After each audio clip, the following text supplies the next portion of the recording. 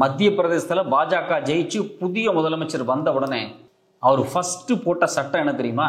மத்திய பிரதேசத்துக்குள்ள கறி விற்கிறாங்க பாத்தீங்களா, ஆட்டுக்கறி, மாட்டுக்கறி, கோழிக்கறி, மீன், இது மாதிரியான கறி விற்கிறதுக்கு புதுசான கைட்லைன்ஸ் கொண்டு வந்திருக்காங்க. அதாவது பொதுவெளியில கறி விற்கிறத கட்டுப்படுத்துறதுக்கான ஒரு கைட்லைன்ஸ் கொண்டு வந்திருக்காங்க. என்ன ஆட்சிக்கு வந்த உடனே ஏதாவது மக்களுக்கு நல்ல திட்டத்தை கொண்டு வருவாங்கன்னு பார்த்தா, எடுத்த உடனேயே எப்படி மக்கள் கறி வாங்குறது, கறி சாப்பிட்றத தடுக்கலாம் அப்படிங்கிறதுக்கு பல ரெஸ்ட்ரிக்ஷன்ஸை கொண்டு வர்றாங்க. அது மட்டும் இல்லாம பிஜேபி ராஜஸ்தான்ல ஜெயிச்ச உடனே அந்த ராஜஸ்தான் மாநிலத்தினுடைய ஒரு சாமியார், அவர் ஒரு எம்எல்ஏ எலெக்ஷன்ல ஜெயிச்ச உடனே அவர் என்ன பண்றாரு அப்படின்னா, ரோட்ல போய் நின்று, குறிப்பா பாத்தீங்கன்னா அந்த ஜெய்ப்பூர் பகுதியெல்லாம் போய் நின்றுக்கிட்டு இந்த கறிக்கடை முன்னாடி ஒரு பெரிய ரகலை பண்றாரு. கறி விற்கிறதுக்கு பல ரெஸ்ட்ரிக்ஷன்ஸ் இருக்கு, நீங்க ரூல்ஸ் அண்ட் ரெகுலேஷன் ஃபாலோ பண்ணணும் அப்படிங்கிறாங்க. இது ஏதோ ராஜஸ்தான் மத்திய பிரதேஷ் மட்டும் கிடையாது. நீங்க உத்தரப்பிரதேஷ் போனாலும் சரி, குஜராத்துக்கு போனாலும் சரி, பிஜேபி எந்தெந்த மாநிலத்துல எல்லாம் கொஞ்ச காலம் ஆண்டு இருந்தாலும் சரி, அங்க இந்த கறி விற்கிறது, கோழிக்கறி, ஆட்டுக்கறி, மாட்டுக்கறி, மீன், முட்டை, இது விற்கிறதுக்கு பயங்கர ரெஸ்ட்ரிக்ஷன்ஸ் எல்லாம் போட்டிருக்காங்க. இது மட்டும் இல்லாம நேத்து பாராளுமன்றத்தில் பேசின பிஜேபியினுடைய யூனியன் மினிஸ்டர், அவர் பேர் என்னன்னு பாத்தீங்கன்னா கிரிராஜ் சிங், அவர் என்ன சொல்றாரு அப்படின்னா, கறி சாப்பிடும்போது ஜக்தா கறி தான் சாப்பிடணும் அப்படிங்கிறாரு. அதாவது கோழி, ஆடெல்லாம் வெட்டுறாங்க இல்லையா, அதை ஒரே பலி கொடுக்குற மாதிரி வெட்டி தான் சாப்பிடணும் அப்படின்னு சொல்லி அவர் ஒரு புது நடைமுறை பத்தி சொல்றாரு. இது மட்டும் இல்லாம ஒரு மாசத்துக்கு முன்னாடி உத்தரப்பிரதேசனுடைய முதலமைச்சர் யோகி ஆதித்யநாத் அந்த மாநிலத்துல ஹலால் மீட்டுக்கு தடை போட்டிருக்காரு. இதெல்லாம் பார்க்கும்போது நமக்கு ஒட்டுமொத்தமா என்ன தெரியுது அப்படின்னா, இந்த பிஜேபி ஆளக்கூடிய எல்லா மாநிலத்திலையும் அந்த மக்களுக்கு போதிய சத்தான உணவு கிடைக்குதா, நல்ல மருத்துவம் கிடைக்குதா, குடிக்க சுத்தமான தண்ணி கிடைக்குதா, இல்ல தங்குறதுக்கு உங்களுக்கு வீடு இருக்கா, இது மாதிரியான விஷயத்தை பத்தி எல்லாம் டிஸ்கஸ் பண்ணல. மாட்டுக்கறிக்கு தடை, அது மட்டும் இல்லாம கோழிக்கறி, மட்டன், மீன், இது மாதிரியான விஷயங்களுக்கு எல்லாம் ரெஸ்ட்ரிக்ஷன்ஸ், இதுக்கு நீங்க ஸ்டாண்டர்டைஸை ஃபாலோ பண்ணல அப்படின்னு சொல்லி பல கடைகள் மேல சீல் வைக்கிறது, இது மாதிரியான போக்கை தான் அவங்க செஞ்சுக்கிட்டு இருக்காங்க. இதெல்லாம் ஏன் நடக்குது அப்படின்னு நாம இன்னும் தெளிவா புரிஞ்சுக்கணும் அப்படின்னா, இதே மத்திய பிரதேச மாநிலத்துல இப்ப வந்திருக்கக்கூடிய முதலமைச்சர் முன்னாடி சிவராஜ் சிங் சௌகான் இருந்தார். அவரு காலகட்டத்தில் என்ன நடந்துச்சு தெரியுங்களா? அவரும் பிஜேபி காரர் தான். ஏன்னா மத்திய பிரதேச கடந்த 20 வருஷமா பிஜேபி தான் ஆண்டுகிட்டு இருக்கு. அதனாலதான் பாத்தீங்க அப்படின்னா, அங்க பள்ளி குழந்தைகள் சாப்பிடக்கூடிய சத்துணவு இருக்கு பாத்தீங்களா, அந்த சத்துணவுல முட்டை போடக்கூடாது அப்படிங்கிற பாலிசிய ரொம்ப நாளா அந்த பிஜேபி முதலமைச்சர் ஃபாலோ பண்ணிட்டு இருக்காரு. அந்த மாநிலத்துல குழந்தைகள் சாப்பிடுறதுல முட்டை சேர்த்துக்கிறதுக்கு பாத்தீங்களா ஸ்கூல்ல, அதுக்கு பயங்கர ரெஸ்ட்ரிக்ஷன்ஸ். ஓப்பனாவே மத்திய பிரதேச சிஎம் சொன்னாரு, எங்க மாநிலத்தில் இருக்கக்கூடிய ஸ்கூல்ஸ்ல குழந்தைகளுக்கு சத்துணவு நாங்க முட்டை போட மாட்டோம் அப்படின்னாரு. அதுல குறிப்பா பாத்தீங்கன்னா மத்திய பிரதேசத்துல பழங்குடியின மக்கள் அதிகமா வாழக்கூடிய 3 டிஸ்ட்ரிக்ட், ஹஸ்கான்பாத், அலிராஜ்பூர், மண்டலா, இது மாதிரியான டிஸ்ட்ரிக்ட்ஸ். இந்த டிஸ்ட்ரிக்ட்ஸ்ல பாத்தீங்க அப்படின்னா பழங்குடியின மக்கள் தான் அதிகமா வாழ்றாங்க. ஏன்னா மத்திய பிரதேசத்துல பாத்தீங்கன்னா பழங்குடியின மக்கள் ரொம்ப கணிசமான மக்கள் வாழ்ந்துட்டு இருக்காங்க. அந்த மக்களுக்கா இருக்கட்டும், இல்ல அந்த பழங்குடியின குழந்தைகளா இருக்கட்டும், இவங்கெல்லாம் பள்ளிக்கூடத்துக்கு படிக்கிறதே உண்மையிலேயே ரொம்ப பெரிய கஷ்டமான ஒரு சூழல். அந்த கஷ்டத்துல அந்த குழந்தைகள் பள்ளிக்கூடம் வரும்போது, பள்ளிக்கூடத்துல இப்போ மதிய உணவு திட்டம் கொண்டு வந்தா, அந்த மதிய உணவு திட்டத்துல முட்டையை சேர்க்க கூடாது, ஏன்னா இந்துக்கள் முட்டை சாப்பிட்றது இந்து மதத்துக்கு உகந்த விஷயம் கிடையாது அப்படிங்கிற மாதிரி மத்திய பிரதேச மாநிலத்துல முட்டை குழந்தைகளுக்கு கொடுக்காம தடுத்து வச்சிருக்காங்க. இது குறித்து மத்திய பிரதேசத்துல தொடர்ச்சியா பல போராட்டங்கள் நடந்துட்டு இருக்கு. ஏன்னா மத்திய பிரதேசத்துல கூடிய குழந்தைகள்ல ஏறத்தாழ 52% குழந்தைகள் சத்து குறைபாடுல இருக்காங்க. இப்படி சத்து குறைபாடு இருக்கக்கூடிய குழந்தைகளுக்கு போதிய உணவு, அதாவது நல்ல புரோட்டீன், நியூட்ரிஷன் இருக்கக்கூடிய உணவு கொடுத்தா மட்டும்தான் அந்த சத்து குறைபாடை நீக்க முடியும், அவங்க கல்வி கற்க முடியும், அவங்களுடைய சுகாதாரம் மேம்படும். ஆனா பாத்தீங்கன்னா இந்த இந்துத்துவா கொள்கை உள்ள இந்த மத்திய பிரதேச மாநிலத்துல ஏதோ முட்டை சாப்பிட்றதும் கறி சாப்பிட்றதும் இந்து மதத்துக்கே விரோதமான விஷயமா பார்க்கப்பட்டு, அங்க இருக்கக்கூடிய ஏழ்மையான குழந்தைகளா இருக்கட்டும், பழங்குடியின குழந்தைகளா இருக்கட்டும், தொடர்ச்சியா நோய்களால பாதிக்கப்பட்டிருக்கூடிய குழந்தைகளுக்கு போய் சேர வேண்டிய சத்தான உணவான முட்டைய பல வருஷமா தடுத்து வச்சிருக்காங்க. இது குறித்து பாத்தீங்கன்னா அந்த மாநிலத்தினுடைய பிஜேபியினுடைய முக்கியமான ஒரு ஆள் அனில் பதுரா, அவர் என்ன சொல்றாருன்னா, முட்டை என்ன மரத்திலேயே விளையுது, இந்த முட்டையை சாப்பிட்டா குழந்தைகளுடைய சென்சிபிலிட்டியில பிரச்சனை வரும், உணர்வுகள்ல பிரச்சனை வரும் அப்படின்னு சொல்றாரு. இதை கேட்கும்போது நமக்கே காமெடியா இருக்கு. எந்த உலகத்துல இவங்க எல்லாம் வாழ்ந்துட்டு இருக்காங்க அப்படின்னு. தன்னோட சொந்த மாநிலத்தில் வாழ்ந்துட்டு இருக்கக்கூடிய தன்னோட சொந்த இந்து சகோதரர்கள், அவங்களோட குழந்தைகள் முட்டை சாப்பிடக்கூடாது அப்படின்னு நினைக்கிறது எந்த வகையில நியாயம்? ஏன்னா ஏழை குழந்தைகளுக்கு, பழங்குடியின குழந்தைகளுக்கு போதிய உணவு, அதாவது முழுக்க முழுக்க சத்தான உணவே கிடைக்காது. இந்தியாவில் ஒவ்வொரு நாளும் பட்டினியோட படுக்கக்கூடியவங்களுடைய எண்ணிக்கை அதிகம். அது மட்டும் இல்லாம சாப்பிட்றவங்களுடைய சாப்பாட்டுல போதிய சத்து இல்லை. இந்தியாவில் பெரும்பகுதியானவங்க சத்து குறைபாடான உணவை தான் சாப்பிட்டுட்டு இருக்காங்க அப்படின்னு அரசாங்க தரப்புல இருந்தே ஒரு பக்கம் அறிக்கை வருது. ஆனா இன்னொரு பக்கம் பாத்தீங்க அப்படின்னா பிஜேபி ஆண்டுட்டு இருக்கக்கூடிய இந்த மத்திய பிரதேசத்துல இவ்வளவு குழந்தைகள் சத்து குறைபாடுல இருக்கும்போது அவங்க முட்டை சாப்பிடக்கூடாது, முட்டை சாப்பிட்றது வந்து இந்துக்களுக்கு வந்து உகந்தது கிடையாது அப்படிங்கிற மாதிரியான ஒரு பிரச்சாரத்தை பண்ணி அந்த குழந்தைகளுக்கு சத்தான உணவு இல்லாமல் பண்றாங்க. இது ஏதோ குழந்தைகளுக்கு மட்டுமான விஷயம் கிடையாது. நீங்க பல மாநிலத்தில் பார்த்தீங்க அப்படின்னா இந்த அங்கன்வாடி மூலியமா ஒவ்வொரு கிராமத்தில் இருக்கக்கூடிய பிரெக்னன்ட் உமன்ஸ், கருத்தரித்த பெண்களுக்கும் முட்டைகள் வந்து கொடுக்கப்படுது. அது மட்டும் இல்லாமல் குழந்தை பிறந்ததுக்கு பிறகு கூட அந்த பெண்கள் வந்து சத்தான உணவு சாப்பிடணும் அப்படிங்கிறதுக்காக சத்து மாவு, முட்டை இது மாதிரி எல்லாம் கொடுக்கறது வந்து வழக்கம். குறிப்பாக பார்த்தீங்கன்னா குழந்தை பிறந்ததுக்கு பிறகு 3 வருஷம் வரைக்கும் இது மாதிரியான சத்தான உணவுகள் வந்து அரசாங்கத்தால் வந்து விநியோகிக்கப்படுது. இதுல முட்டையை வந்து சேர்த்துக்காம முட்டையை வந்து தடுத்து வைக்கிறது எந்த அளவுக்கு வந்து நியாயமான விஷயம் அப்படின்னு நம்ம முன்னாடி ஒரு பெரிய கேள்வி எழுந்திருக்கு. இதுக்கு அந்த மாநிலத்தில் இருக்கக்கூடிய நிறைய சமூக செயல்பாட்டாளர்கள் என்ன சொல்றாங்க அப்படின்னா, இந்த முட்டையை தடுக்கிறதுக்காகவே ஆன்டி எக் லாபின்னு ஒரு லாபியே செயல்படுது அப்படிங்கிறாங்க. அந்த மாநிலத்தினுடைய மதிய உணவு திட்டம் இருக்கு பார்த்தீங்களா, இந்த திட்டத்துக்குள்ள அக்ஷயா பாத்ரா அப்படிங்கிற ஒரு அமைப்பு, இந்த அமைப்பு வேற யாரும் கிடையாது, இந்த இஸ்கான் டெம்பிள் அப்படின்னு சொல்றாங்க இல்லையா, இந்த கிருஷ்ணர் வழிபாட்டுக்காக உருவாக்கப்பட்ட இந்த இஸ்கான் டெம்பிள், இந்த குரூப்பினுடைய ஒரு என்ஜிஓ இந்த அக்ஷய பாத்ரா வந்து பெரும்பாலான பிஜேபி மாநிலத்துக்குள்ள வந்து மதிய உணவு திட்டத்துக்குள்ள அவங்களுடைய கை இருக்கு. அவங்க உள்ள பூந்து குழந்தைகளுக்கு வந்து இந்த முட்டை கொடுக்கறத வந்து தடுக்கிறாங்க. இது ஒரு ஆன்டி எக் லாபி வந்து மத்திய பிரதேசம் செயல்படுது. இது மத்திய பிரதேசம் மட்டும் கிடையாது, இது கர்நாடகாலேயே செயல்பட்டுச்சு. அது மட்டும் இல்லாம ராஜஸ்தான்ல செயல்பட்டுச்சு. தமிழ்நாட்டுக்குள்ள கூட இந்த அக்ஷய பாத்ரா வந்து நிறைய விஷயத்தை செய்ய முயற்சி பண்ணி பின்வாங்கப்பட்டிருக்கு. இந்த இஸ்கான் டெம்பிள், அதாவது இந்த கிருஷ்ணர் கோயில் இருக்கு இல்லையா, இந்த கிருஷ்ணர் கோயிலுடைய குழு இருக்கு இல்லையா, இவங்களுடைய இந்த அக்ஷய பாத்ரா டீம் வந்து இந்தியா முழுக்க இருக்கக்கூடிய மாநிலங்கள் இருக்கக்கூடிய மதிய உணவு திட்டத்துல முட்டை போடுறத தடுக்கிறாங்க. இது ஒரு மிகப்பெரிய லாபி நடக்குது அப்படின்னு சமூக செயல்பாட்டாளர்கள் சொல்றாங்க. இது மாதிரியான மத அமைப்புகளுடைய நோக்கம் என்னவா இருக்கு அப்படின்னா, கறி சாப்பிட்றது இந்து மதத்துக்கு விரோதமானது, முட்டை சாப்பிடக்கூடாது, கோழி சாப்பிடக்கூடாது, மாடு சாப்பிடக்கூடாது அப்படின்னு சொல்லி ஒரு பிரச்சாரத்தை பண்றாங்க. இப்ப நமக்கு இயல்பா வரக்கூடிய கேள்வி என்ன அப்படின்னா, இது மாதிரியான மத அமைப்புகள் உயர் சாதியினை சார்ந்தவங்க, அவங்களுக்கு போதிய பணம் இருக்கு, அவங்க என்ன வேணாலும் வந்து வாங்கி சாப்பிடலாம், சத்தான பொருட்களை அவங்க மார்க்கெட்ல போய் ஆக்சஸ் பண்ணி வாங்கி சாப்பிட்றதுக்கு அவங்கள்ட்ட காசு இருக்கு, அவங்க பாதாம் பிஸ்தா கூட சாப்பிடலாம்.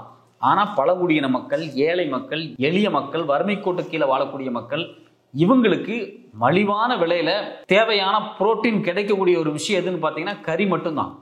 இந்த கறி சாப்பிடக்கூடிய இந்துக்களை வந்து நீங்க வந்து சாப்பிடக்கூடாது, இந்துக்கள் வந்து கறி சாப்பிட மாட்டாங்க இப்படிங்கிற ஒரு பொய் பிரச்சாரத்தை இது மாதிரியான அமைப்புகள் கட்டி எழுப்புறாங்க. இந்த பொய் பிரச்சாரத்தினுடைய வெளிப்பாடு பல தளங்கள்ல செயல்படுது. ஒரு பக்கம் பாத்தீங்கன்னா ஸ்கூல்ல முட்டை கொடுக்கறதுங்கிற மாதிரியான ரெஸ்ட்ரிக்ஷன்ஸை கொண்டு வர்றாங்க. இன்னொரு பக்கம் பார்த்தீங்கன்னா அரசு நேரடியாகவே களத்தில் இறங்கி, அதாவது பிஜேபி ஆளக்கூடிய மாநிலங்கள் இருக்கக்கூடிய இந்த முனிசிபல் கார்பரேஷனாக இருக்கட்டும், இல்லை சிட்டி கார்பரேஷனாக இருக்கட்டும், இவங்கெல்லாம் இறங்கி என்ன பண்ணுறாங்க அப்படின்னா, கறிக்கடை வச்சு கறிகளை விற்கிறதுக்கு நாங்கள் நிறைய கைட்லைன்ஸ் கொண்டு வந்திருக்கோம், சில ரெஸ்ட்ரிக்ஷன்ஸ் கொண்டு வந்திருக்கோம் அப்படின்னு சொல்லி புதுசான கைட்லைன்ஸை கொண்டு வந்து பொது வெளியில கறி விற்கிறதோ ஒரு பக்கம் தடுக்கிற வேலை வந்து நிறைய நடந்துகிட்டு இருக்கு. அதுக்கு நீங்கள் ரீசெண்டாகவே பார்த்தீங்கன்னா 2023 ஏப்ரல்லையே குஜராத் ஹைகோர்ட்டினுடைய உத்தரவின் அடிப்படையில் ஏறத்தாழ 3221 கடைகள் வந்து சீல் வைக்கப்பட்டுச்சு. இப்போ கேட்டால் இவங்க என்ன சொல்றாங்கன்னா, ஸ்டாண்டர்டை ஃபாலோ பண்ணல, இந்த நாம்ஸை ஃபாலோ பண்ணல, அந்த நாம்ஸை ஃபாலோ பண்ணலன்னு சொல்லி பொது வெளியில கறி விற்கிறத தடுக்கிறாங்க. இப்போ நம்ம ஊர் எடுத்துங்க, நம்ம ஊர்ல வந்து கறிக்கடை போட்டிருக்காங்க, கறி விற்கிறாங்க, நம்ம ஆட்டுக்கறி வாங்குறோம், கோழிக்கறி வாங்குறோம், மாட்டுக்கறி வாங்குறோம், எவ்வளவோ கறிகளை வாங்குறோம், சாப்பிட்றோம். பட் இதுல என்ன ஸ்டாண்டர்டை ஃபாலோ பண்ணல, புதிய கைட்லைன்ஸ் நீங்க கொண்டு வரல, இது வந்து ஒரு பேக்கட் ஐட்டமா இல்லை, இதில் நீங்க வந்து ISO வந்து வாங்கல, இது மாதிரியான பல விஷயங்களை கொண்டு வந்து கறி விற்கிறத ஒரு ரெஸ்ட்ரிக்ஷன்ஸ்குள்ள கொண்டு வர்றது அப்படிங்கிறது எளிய மக்களுக்கு கிடைக்கக்கூடிய உணவு இருக்கு பார்த்தீங்களா, அந்த உணவை ஒரு பக்கம் தடுக்கிற வேலை. இதே மாதிரி தான் பார்த்தீங்கன்னா 2017 உத்தரப்பிரதேசத்தில் வந்து புதிய கைட்லைன்ஸ் எல்லாம் கொண்டு வந்து பொது வெளியில கறி விற்கிறதுக்கான ரெஸ்ட்ரிக்ஷன்ஸை போட்டாங்க. அதனுடைய உச்சபட்சமான விஷயம் என்னன்னா, போன மாசம் வந்து ஹலால் கறிக்கு வந்து தடை பண்ணிட்டாங்க. ஹலால் கறி வந்து உத்தரப்பிரதேசத்தில் விற்கக்கூடாது அப்படின்னு ஒரு மிகப்பெரிய தடையை போட்டிருக்காங்க. பெரும்பாலும் பார்த்தீங்கன்னா இஸ்லாமியர்கள் பயன்படுத்தக்கூடிய கறி அப்படிங்கிறது இந்த ஹலால் முறைப்படி வெட்டப்பட்ட கறி தான். இந்த கறியை பயன்படுத்தக்கூடாது அப்படின்னு உத்தரப்பிரதேசத்தில் ஒரு பெரிய ரெஸ்ட்ரிக்ஷன்ஸ் போட்டிருக்காங்க. இது மட்டும் இல்லாமல் இன்னும் சில விஷயங்கள் என்னன்னா, இங்க வந்து இந்து கோயில் இருக்கு, இந்த கோயிலை சுற்றி கறிக்கடை வைக்கக்கூடாது. அதே மாதிரி வந்து இன்னைக்கு வந்து பண்டிகை நாள், இந்த பண்டிகை நாளில் கறி விற்கக்கூடாது. இப்போ நவராத்திரி, ஒரு வாரம் கறிக்கடை திறக்கக்கூடாது. இப்படின்னு புதுசான நிறைய நடைமுறைகளை கொண்டு வந்து கறிக்கடை, கறி விற்கிறது, முட்டை வைக்கிறது, கோழிக்கறி விற்கிறது, ஆட்டுக்கறி விற்கிறது, மாட்டுக்கறி விற்கிறது மேல ஒரு பெரிய ரெஸ்ட்ரிக்ஷன்ஸ் வந்து கடந்த 10 ஆண்டுகளா இந்தியா முழுக்க உருவாக்கப்பட்டுக்கிட்டே இருக்கு. அரசாங்கத்தால, லோக்கல் பாடியால இதெல்லாம் வந்து ஒரு பக்கம் செயல்பட்டுக்கிட்டு இருக்கும்போது, இன்னொரு பக்கம் பார்த்தீங்க அப்படின்னா இந்தியாவில் இருக்கக்கூடிய பல்கலைக்கழகங்கள் இருக்கு இல்லையா, குறிப்பா மத்திய அரசாங்கத்தினுடைய கட்டுப்பாட்டில் இருக்கக்கூடிய பல்கலைக்கழகங்கள்ல அங்க இருக்கக்கூடிய இந்துத்துவ அமைப்பு, அதாவது RSS மாணவர் அமைப்புகள் என்ன பண்றாங்க அப்படின்னா, ஹாஸ்டல்ல வந்து கறி வந்து போடக்கூடாது, கறிக்கு வந்து தடை, முட்டைக்கு வந்து தடை, இது மாதிரியான பல ரெஸ்ட்ரிக்ஷன்ஸை வந்து போட்டுக்கிட்டு இருக்காங்க. இதனுடைய உச்சபட்சமான விஷயம் எங்க நடந்துச்சு அப்படின்னா, ஜவஹர்லால் நேரு யூனிவர்சிட்டியில நவராத்திரி எப்போ 9 நாள் கறி போடக்கூடாது அப்படின்னு சொல்லி அங்க இருக்கக்கூடிய இந்துத்துவ அமைப்புகள் ஹாஸ்டல்ல பெரிய ரகலை பண்ணாங்க. காலங்காலமா ஹாஸ்டல்ல மாணவர்களுக்கு தேவையான கறியை வந்து ஹாஸ்டல் நிர்வாகம் கொடுத்துக்கிட்டு இருக்கு. புதுசா இவங்க வந்து நீ கறி கொடுக்கக்கூடாது, முட்டை கொடுக்கக்கூடாதுன்னு ஒரு ரெஸ்ட்ரிக்ஷன் போடும்போது மாணவர்களுக்கு இடையில சண்டை வந்துச்சு. கறி திங்கிற மாணவர்களை வந்து கறி சாப்பிடாத ஒரு குரூப் வந்து தாக்குது. இப்ப இயல்பாவே இங்க ஒரு மிகப்பெரிய வேரியேஷன் என்ன கிரியேட் பண்ணப்படுது அப்படின்னா, கறி திங்கிறவன் தாழ்ந்தவன், கறி திங்காதவன் உயர்ந்தவன், கறி திங்காதது வந்து ஒரு மிகப்பெரிய புனிதமான செயல், இந்துக்கள் கறி சாப்பிடக்கூடாது, இது மாதிரியான பிரச்சாரங்கள் பல்கலைக்கழகங்கள்ல வந்து பரப்பப்படுது. இதுக்கு சில நிர்வாகங்களே உடந்தையா இருக்கு. அதுல குறிப்பா சொல்லப்படும் இந்த 2023 வந்து ஜனவரி மாசத்துல டெல்லியில் இருக்கக்கூடிய ஹன்ஸ்ராஜ் காலேஜ், இந்த காலேஜினுடைய நிர்வாகமே என்ன பண்ணுச்சு அப்படின்னா, ஹாஸ்டல்ல வந்து கறி வந்து போட மாட்டோம் அப்படின்னு சொல்லி ரெஸ்ட்ரிக்ஷன்ஸ் கொண்டு வந்தாங்க. அதுக்கு ஏன் போட மாட்டீங்கன்னு கேட்டதுக்கு, எங்க ஹாஸ்டல்ல 90% மாணவர்கள் சைவம் தான் சாப்பிட்றாங்கன்னு சொல்லி பிரின்சிபலே ஒரு பொய் சொன்னாரு. பிற்பாடு எடுத்த சர்வேல பாத்தீங்கன்னா அந்த ஹாஸ்டல்ல ஏறத்தாழ 75% அதிகமான மாணவர்கள் நான் வெஜிடேரியன் சாப்பிடக்கூடியவங்க தான். அப்போ ஒரு கல்லூரியினுடைய பல்கலைக்கழகத்தினுடைய நிர்வாகமே என்ன பண்ணுது அப்படின்னா, ஒரு இந்துத்துவ மயமாகுது. கறி சாப்பிடக்கூடாது அப்படின்னு சொல்லுது. யாரை சொல்லுதுன்னா, சக இந்துக்களையே சொல்லுது. இந்துக்களையே கறி சாப்பிடக்கூடாது அப்படின்னு இந்துத்துவா சொல்லுது. இதனுடைய உச்சபட்சமா பாத்தீங்கன்னா ஜூலை மாசத்துல ஐஐடி பாம்பேல கறி சாப்பிட்றவங்க இந்த இடத்துக்குள்ள வரக்கூடாது அப்படின்னு சொல்லி ஒரு பெரிய நோட்டீஸ் போர்டே இந்துத்துவா குழுக்களால அந்த பாம்பே ஐஐடியில ஒட்டப்பட்டுச்சு. அது ஒரு மிகப்பெரிய சர்ச்சையாகி எல்லா பத்திரிகையிலும் நியூஸ் ஆனதுக்கு பிறகு அது நீக்கப்பட்டுச்சு.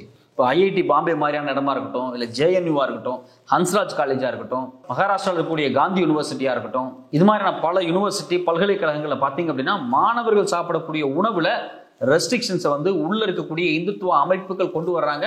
அதுக்கு அடிபணிஞ்சு போகுது அதனுடைய நிர்வாகம்.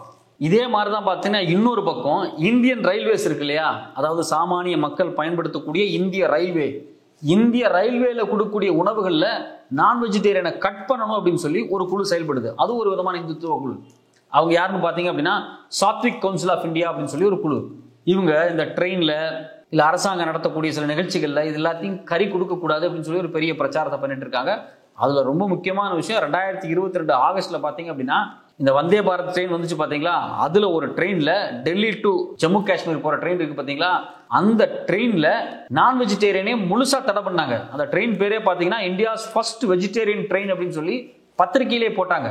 அதாவது அந்த ட்ரெயின்ல வந்து எந்த நான் வெஜிடேரியன் ஃபுட்டும் கொடுக்க மாட்டோம், நோ எக் ஈவன் அப்படின்னு சொல்லி பல ரெஸ்ட்ரிக்ஷன்ஸ் கொண்டு வந்தாங்க. இதே மாதிரி தான் பார்த்தீங்கன்னா இந்தியாவுடைய ரயில்வேஸ்ல இருக்கக்கூடிய கேட்டரிங் சர்வீஸ் இருக்கு பார்த்தீங்களா, அதுக்குள்ள வெஜிடேரியன் ஃபுட்டை கொண்டு வரதுக்கான எல்லா வேலையும் வந்து நடந்துகிட்டே இருக்கு. ஒரு பக்கம் பார்த்தீங்கன்னா அரசாங்கமே நேரடியாக களத்தில் இறங்கி ரெஸ்ட்ரிக்ஷன்ஸை கொண்டு வந்து கறி விற்கிறத தடுக்கிறாங்க.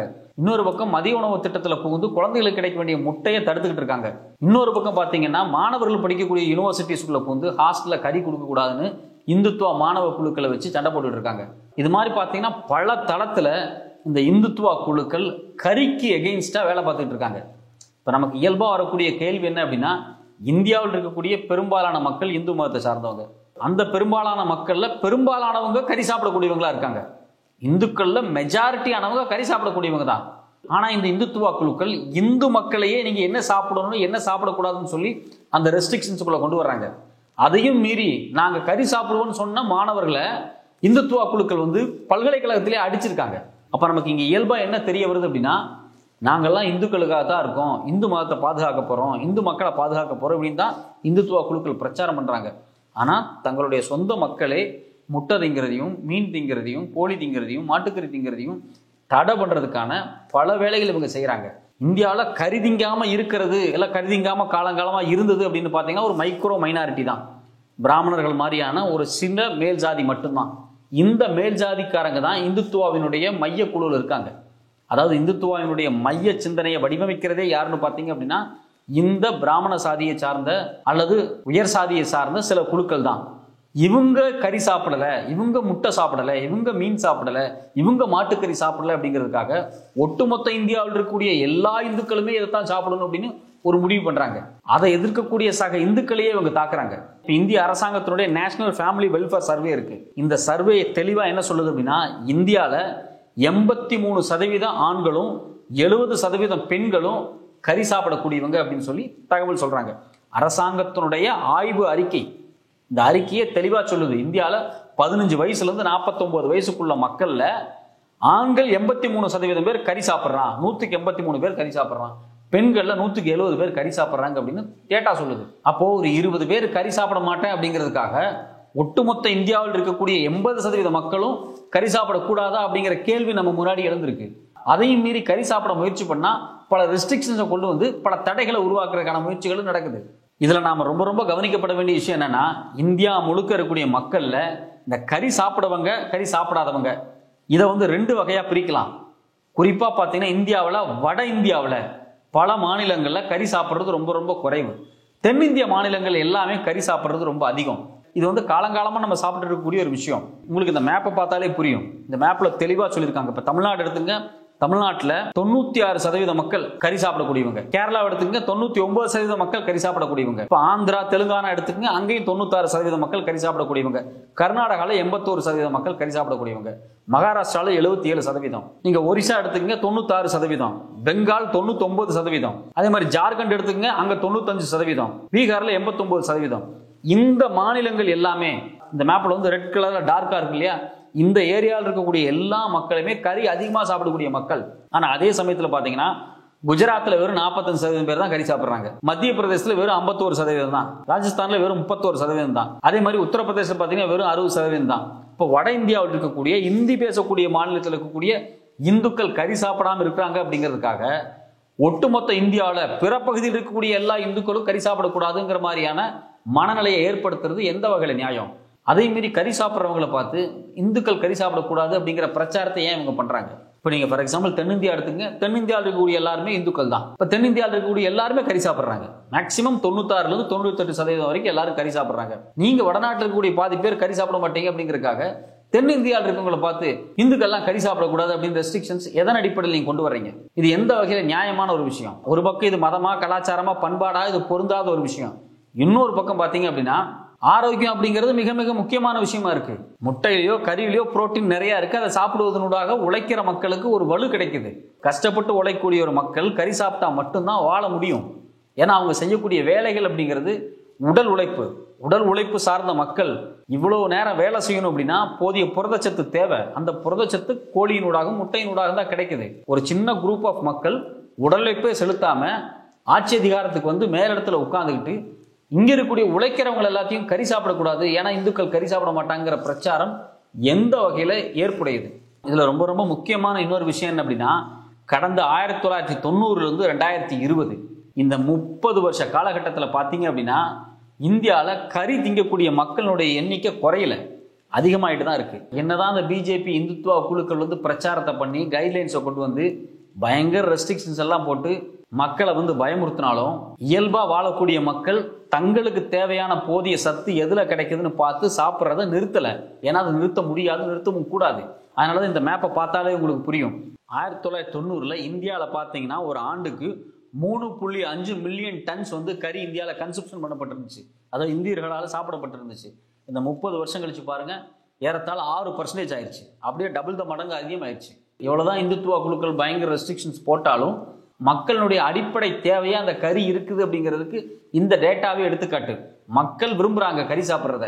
அதனாலதான் பாத்தீங்கன்னா கடந்த 30 வருஷத்துல டபுள் த மடங்கு அதிகமா இருக்கு. ஆனா இந்துத்துவ குழுக்கள் நேரா இதுக்கு எதிர் பிரச்சாரத்தை பண்ணிட்டு இருக்காங்க. கறி சாப்பிடக்கூடாது, ஏன்னா நம்மளாம் இந்துக்கள் அப்படின்னு ஒரு பிரச்சாரத்தை பண்றாங்க. இப்ப இந்துக்களுக்கே பொருந்தாத ஒரு பிரச்சாரத்தை தான் இவங்க பண்ணிட்டு இருக்காங்க. இதுக்கு பிஜேபி அரசாங்கம் துணையா இருக்கு. பல ரெஸ்ட்ரிக்ஷன்ஸை கொண்டு வர்றாங்க, கைட்லைன்ஸை கொண்டு வர்றாங்க. யூனிவர்சிட்டிஸ்குள்ள வந்து சண்டை வருது. மதிய உணவு திட்டத்தில் முட்டையை நிறுத்துறாங்க, ரயில்வேஸ்ல கறி போடுறதை நிறுத்துறாங்க. இது மாதிரி பல வேலைகளை செய்யறாங்க. ஆரம்பத்திலிருந்தே பார்த்தீங்கன்னா இந்துத்துவ குழுக்கள் வந்து மாட்டுக்கறி இந்தியாவில் வைக்கக்கூடாது, மாடு வந்து இந்துக்களுக்கு வந்து புனிதமானது, மாட்டுக்கறி சாப்பிடக்கூடாது அப்படிங்கிற ரெஸ்ட்ரிக்ஷன்ஸை வந்து இந்தியாவில் கொண்டு வர்றதுக்கு பல முயற்சிகளை செஞ்சாங்க. அதில் படிப்படியாக பல வேலைகளை செஞ்சுட்டு இருக்காங்க. அதில் ஒன்று தான் பார்த்தீங்கன்னா யோகி ஆதித்யநாத் அரசு வந்து இந்த ஹலால் மீட்டுக்கு வந்து தடை பண்ணது. அது மட்டும் இல்லாமல் பொது வெளியில் மாட்டுக்கறி விற்கிறவங்களை வந்து போய் அடிக்கிறது, அவங்கள துன்புறுத்துறது, நீங்கள் வந்து மாட்டை கடத்திட்டு வந்துட்டீங்கன்னு சொல்லி அடித்து அவங்க மேலே வழக்கு போட்டு கொலை பண்ணுற ரேஞ்சுக்கெல்லாம் போயிட்டு இருக்கு. அது குறித்து ஒரு தனியாக டிஸ்கஸ் பண்ண வேண்டிய ஒரு ஏரியா. இப்போ இதே ஃபார்மெட்டை தான் பார்த்தீங்க அப்படின்னா மாட்டுக்கறியிலிருந்து கோழிக்கறி, ஆட்டுக்கறி, மீன், இது மாதிரி ஒட்டுமொத்த நான் வெஜிடேரியனுக்கும் நோக்கி நகர்த்திக்கிட்டு இருக்காங்க. இன்னொரு பக்கம் பார்த்தீங்க அப்படின்னா மாட்டுக்கறி ரெஸ்ட்ரிக்ஷன்ஸ்ல இந்த அளவுக்கு வேலை பார்த்துட்டு இருக்கக்கூடிய பிஜேபி அரசாங்கம் இந்தியாவிலிருந்து வெளிநாடுகளுக்கு ஏற்றுமதி ஆகக்கூடிய மாட்டுக்கறி இருக்கு பார்த்தீங்களா, அது குறித்து வாயை திறக்க மாட்டாங்க. உள்ளூர்ல சாதாரணமாக ஒரு பாய் வந்து ஒரு மாட்டுக்கறி கடை வச்சிருந்தா அவங்கள போய் மிரட்டுறது, அடிக்கிறது, இந்த வேலையெல்லாம் பார்க்குறாங்க. ஆனால் இந்தியாவிலிருந்து டன் கணக்கான மாட்டுக்கறிகள் இந்தியாவுக்கு வெளியே இருக்கக்கூடிய இஸ்லாமிய நாடுகளுக்கு வந்து ஏற்றுமதி ஆயிட்டு இருக்கு. உலகத்திலேயே அதிகமா மாட்டுக்கறி எக்ஸ்போர்ட் பண்றது பிரேசில். பிரேசிலுக்கு அடுத்தபடியா யார் இருக்காங்கன்னு பாத்தீங்கன்னா இந்தியா தான்.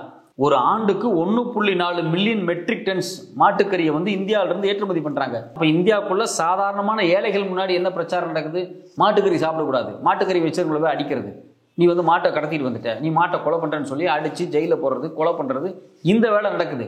ஆனா பெரிய கார்பரேட் நிறுவனங்கள் பிரம்மாண்டமான ஃபேக்டரி ஓபன் பண்ணி ஆயிரக்கணக்கான டன் மாட்டுக்கறியை இந்தியாவில இருந்து வெளிநாடுகளுக்கு ஏற்றுமதி பண்றாங்க. ஒரு ஆண்டுக்கு ஏறத்தாழ 30,000 கோடிக்கு அதிகமா மாட்டுக்கறி வந்து இந்தியாவில இருந்து ஏற்றுமதி செய்யப்படுது அப்படின்னு தகவல் சொல்லப்படுது. இது எந்தெந்த நாடுகளுக்கெல்லாம் போகுதுன்னு பார்த்தீங்க அப்படின்னா Egypt, Iraq, Saudi Arabia, UAE. இது மட்டும் இல்லாமல் புதுசா வேற வேற நாடுகளுக்கு மார்க்கெட்டை உருவாக்குறதுக்காக Algeria, Bahrain, Kuwait, Lebanon, Oman, இது மாதிரியான பல நாடுகளோட இந்தியா சில ஒப்பந்தங்களே போட்டிருக்கு. அதான் வந்து அந்த நாடுகளுக்கு வந்து மாட்டுக்கறியை வந்து ஏற்றுமதி பண்றதுக்கு. இப்போ நமக்கு இயல்பா வரக்கூடிய ஒரு கேள்வி என்ன அப்படின்னா, உள்ளூர்ல ஒரு முஸ்லீம் மாட்டுக்கறி சாப்பிட்டாலோ, மாட்டுக்கறி வச்சிருந்தாலோ, இல்ல கடை வச்சிருந்தாலோ காயப்படுத்தப்படுறாரு, அவருடைய வருமானமே வந்து முடக்கப்படுது. இந்தியாவுக்கு வெளியே இருக்கக்கூடிய பெரிய இஸ்லாமிய நாடுகளுக்கு இந்தியாவில இருந்து 30,000 கோடிக்கு அதிகமாக மாட்டுக்கறி ஏற்றுமதி செய்யப்படுது. தன் சொந்த நாட்டில் வாழ்ந்துட்டு இருக்கக்கூடிய இந்தியன் சிட்டிசனை, சக குடிமகனை, நீ இந்த கறி சாப்பிட்ற, இந்த கறியை வெட்டுற, இந்த கறியை பயன்படுத்துறன்னு சொல்லி கட்டுப்படுத்துறதும், அவனை அடிக்கிறதும், ஒதுக்கி வைக்கிறதுமான போக்கிங் இருக்கு. ஆனா வெளிநாடுகளில் வாழ்ந்துட்டு இருக்கக்கூடிய வேற வேற நாடுகள் இருக்கக்கூடியவங்களுக்கு இங்க இருக்கக்கூடிய மாடுகளை வெட்டி அனுப்பிச்சு ஒரு பெரிய பிசினஸ் நடத்துறாங்க. இதுல நம்ம ரொம்ப குறிப்பா கவனிக்க வேண்டிய ஒரு விஷயம் என்ன அப்படின்னா, இந்தியாவுக்கு உள்ள இது மாதிரி கறிக்கடைகளை வச்சு கறி விற்கக்கூடியதுல 95% யாருன்னு பார்த்தீங்கன்னா இந்துக்கள் தான். அதுலயும் குறிப்பா பார்த்தீங்கன்னா டெல்லி ஹைகோர்ட்ல 2015 டெல்லி ஹைகோர்ட்டுடைய சீஃப் ஜஸ்டிஸே சொன்னார். என்ன சொன்னார் அப்படின்னா, இந்தியாவில் பீஃப் ட்ரேட் பண்றதுல 95% இந்துக்கள் தான் அப்படின்னாரு. அப்போ இந்தியாவுக்குள்ள வாழ்ந்திருக்கக்கூடிய சக இந்துக்களையே இந்த இந்துத்துவ குழுக்கள் வந்து இரண்டாம் தர குடிமக்களா வந்து நடத்துது. எந்த வகையில் அப்படின்னா, நீங்களாம் கறி சாப்பிடக்கூடிய குழு அப்படிங்குது. கறி சாப்பிடாதவன் ஒரு உயர்ந்த இந்து, அவன் தான் இந்துக்களுக்கே ரோல் மாடல், அவனை பின்பற்றி தான் மற்ற இந்துக்கள்லாம் போகணுமா அப்படின்னு ஒரு பெரிய கேள்வி வருது. அப்போ கறி சாப்பிடக்கூடிய இந்துக்களை 2ஆம் பட்சமா நடத்துறாங்க. RSS இந்துத்துவ குழுக்கள் அவங்களுடைய அதிகார லாபியில் இருக்கக்கூடிய 1% உயர் ஜாதிக்காரங்க அவங்க கறி சாப்பிட மாட்டாங்க அப்படிங்கிறதுக்காக இந்த இந்தியாவில் இருக்கக்கூடிய கோடான கோடி மற்ற இந்துக்களும் கறி சாப்பிடக்கூடாது அப்படிங்கிற பிரச்சாரத்தை ஏன் பண்றாங்க? மறைமுகமா அதுக்கான ரெஸ்ட்ரிக்ஷன்ஸ் வந்து ஒவ்வொரு இடத்துல இவங்க உருவாக்கிட்டே இருக்காங்க. அதனுடைய ஒரு மிக முக்கியமான எதிரொலியா தான் பாத்தீங்கன்னா, மத்திய பிரதேசத்துல ஆட்சிக்கு வந்த உடனே புதிய முதலமைச்சர் மனோஜ் யாதவ் வந்த உடனே கைட்லைன்ஸை கொண்டு வர்றாரு கறி விற்கிறதுக்கு. ஏற்கனவே பார்த்தீங்கன்னா யோகி ஆதித்யநாத் கடந்த 5 வருஷமா யூபியில் நடைமுறைப்படுத்திட்டு இருக்காரு.